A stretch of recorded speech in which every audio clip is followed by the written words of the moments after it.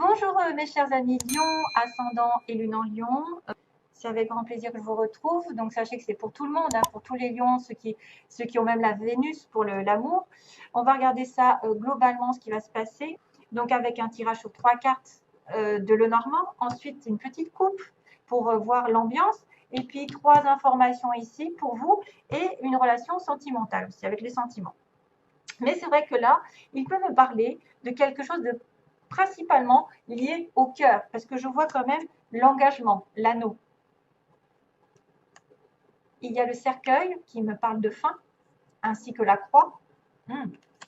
Alors, fin d'un contrat, fin de quelque chose qui est douloureux parce qu'on a des nuages.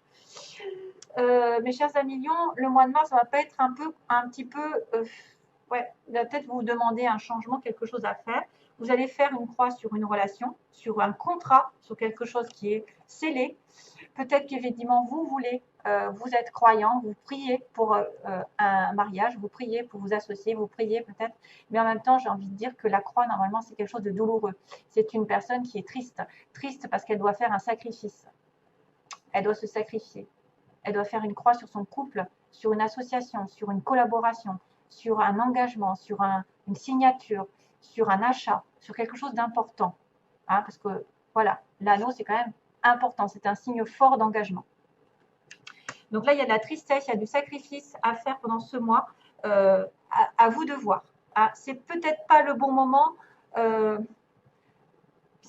Comment vous dire? C'est peut-être pas le bon moment de faire des plans sur la comète. Il y a des choses qui vont se passer parce que déjà, déjà dès le départ, j'ai en fait les nuages qui sont effectivement, on voit une tasse de thé ici avec des petits nuages qui passent. Bon, la tasse de thé, c'est un peu réconfortant, c'est la routine, c'est-à-dire, voilà, tout se passe bien. Vous êtes dans la routine, vous prenez votre petit café à la maison, vous êtes au chaud, en sécurité, et tout d'un coup, il y a des nuages qui arrivent. Et vous n'avez peut-être pas prévu qu'il y avait une espèce de flou qui allait arriver dans cette relation, dans cette situation. On manque de clairvoyance, on manque de clarté, on est omnibilé peut-être par quelque chose, une obsession pour quelqu'un, et qu'on ne voit pas l'ensemble de la situation dans sa globalité. On ne voit pas la réelle personne, on ne voit pas la réelle situation. Donc, pour l'instant, ce n'est pas bon pour aller de l'avant. Parce que quand on a des nuages, c'est qu'on est assombri.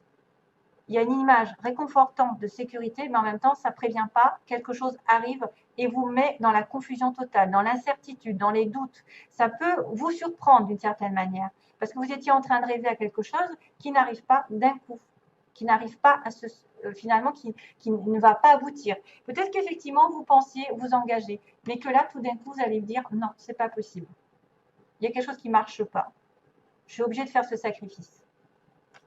C'est quelque chose qui vous tient à cœur. Donc, soit c'est une personne, parce qu'on a un valet de cœur, soit c'est une personne, soit c'est un projet, soit c'est une idée, soit c'est une association avec quelqu'un. Et tout d'un coup, on sème le trouble en fait. Il y a quelque chose que vous n'aviez pas prévu, qui n'est pas agréable du tout, qui passe dans votre vie. Ça ne vous avertit pas, mais ça n'est que passager. Attention. Vous étiez peut-être dans la rêverie, peut-être dans la confusion. Ça va que être passager et ça va changer. Ça va changer. Alors, est-ce que c'est une relation amoureuse qui arrive et elle va peut-être aussi peut-être vous demander de vous retirer un certain temps parce que le cercueil ici, on voit quelqu'un qui est dans une boîte de sardines dans ce tarot. Donc, un moment de recueil, de recul pour faire le point, pour vous retirer des problèmes ici qui sont là, qui sont que passagers d'ailleurs. Éloignez-vous. Mais en même temps, restez ancré. Ne vous éloignez pas dans les pensées. N'imaginez pas le pire. C'est juste rester alerte, aware, alerte aux signaux qu'on vous envoie. Sur une relation amoureuse, sur une relation, sur quelqu'un que vous aimez, il y a des problèmes passagers. Il va falloir les résoudre, soit en s'éloignant, soit en mettant un terme à quelque chose ou à une situation, parce qu'on a le cercueil, c'est quelque chose qui doit se terminer, s'achever. C'est la fin de, on doit quitter, on doit partir. Donc soit ça arrive au bout, cette relation, ou alors c'est quelqu'un qui a décidé de s'en aller un petit moment pour faire le point. C'est vrai que c'est pas la mort, mais c'est quelqu'un qui a peut-être des pertes aussi, le cercueil. Il a peut-être des pertes. Dans ce tarot, on ne sait pas si cette boîte, elle s'ouvre ou elle est en train de se fermer, en fait. Soit elle est en train de descendre, et donc là, c'est la fermeture complète de la relation, hein, on arrête à la fin, ou soit elle va avoir un renouveau, ce qui est possible aussi. Un renouveau, c'est-à-dire qu'on va laisser derrière soi tous les événements négatifs, tout ce qui a été dans la confusion, et on va être clairvoyant. Ça peut signifier simplement un éloignement temporaire par rapport à votre choix sentimental ou autre, par rapport à votre projet, par exemple. Et peut-être que vous êtes effrayé, vous êtes anxieux, et que finalement, ben, c'est pas si mal que ça, parce que ça va être la fin des circonstances difficiles dans votre relation, dans votre situation qui vous est propre. Mais c'est vrai qu'avec la croix, on pourrait penser à une fin claire et nette. Alors, chaud. C'est chaud.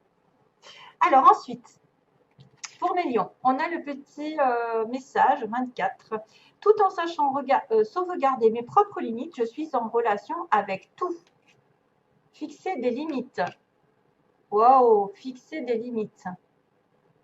Ça, c'est pas mal. Ça me fait penser au cancer, d'ailleurs. Se fixer des limites. Ne pas se faire bouffer. Tout en sachant sauvegarder mes propres limites, je suis en relation avec tout. Oui, il faut avoir des limites dans tout ce que vous faites, mais en même temps, garder le contact avec les autres et avec les relations avec les autres.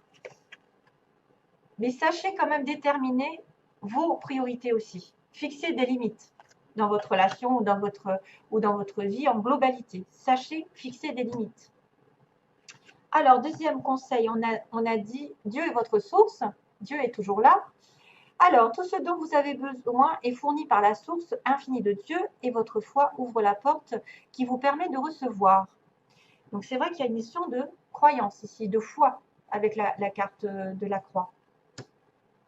En Dieu, il n'existe aucun manque ni limitation. Il existe une abondance qui peut être partagée par tous.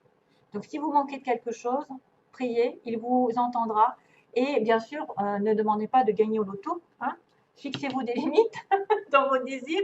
On ne peut pas tout avoir au bon moment. Mais quand même, sachez que quand on est en manque, il suffit il ne faut pas demander l'aide de Dieu que quand vous êtes dans le malheur. Il faut aussi le remercier quand vous avez tout ce que vous voulez, même si vous avez très peu, c'est déjà pas mal. Si vous avez un toit, si vous avez de quoi manger, des enfants, la santé, etc. Hein, on ne le dira pas assez, il faut toujours dire merci. Il ne faut pas s'en référer à Dieu et demander une réponse tout de suite sous prétexte que vous êtes dans la douleur. Il faut toujours avoir ce lien en permanence avec lui. Et c'est comme ça qu'il vous récompensera. Parce que vous le remercierez d'avoir ce que vous avez déjà. Et comme ça, il pourra vous envoyer encore plus. Si vous ne le remerciez jamais, si vous êtes toujours insatisfait, que vous râlez, que jamais ça va dans votre sens, et il va se dire, mais pourquoi je te donnerais ça si toi, tu ne vois pas ce que tu as déjà aussi. Alors, quand même, on finit vers la flamme de l'amour. D'ailleurs, c'est pour ça que je l'ai mis à la fin. La flamme de l'amour. Regardez cette carte comme elle est belle. Alors, on vous dit, laissez le pouvoir infini de l'amour irradier inconditionnellement dans toutes les directions. Restez ancré dans la conscience de vous-même et dans votre propre vérité. Le pouvoir de guérison de l'amour vous aidera à consumer les illusions, et vous découvrirez de nouvelles possibilités. C'est une période puissante de transformation, d'idées et de créativité. Idées, créativité, puissante, amour, ça pourrait être possible finalement que quelque chose se dévoile sur le plan sentimental, à condition d'éloigner les incompréhensions, les illusions, etc. Alors, on va finir justement par l'amour. Ah tiens, alors j'ai quelques petites cartes qui sont tombées, que je regardais un petit peu.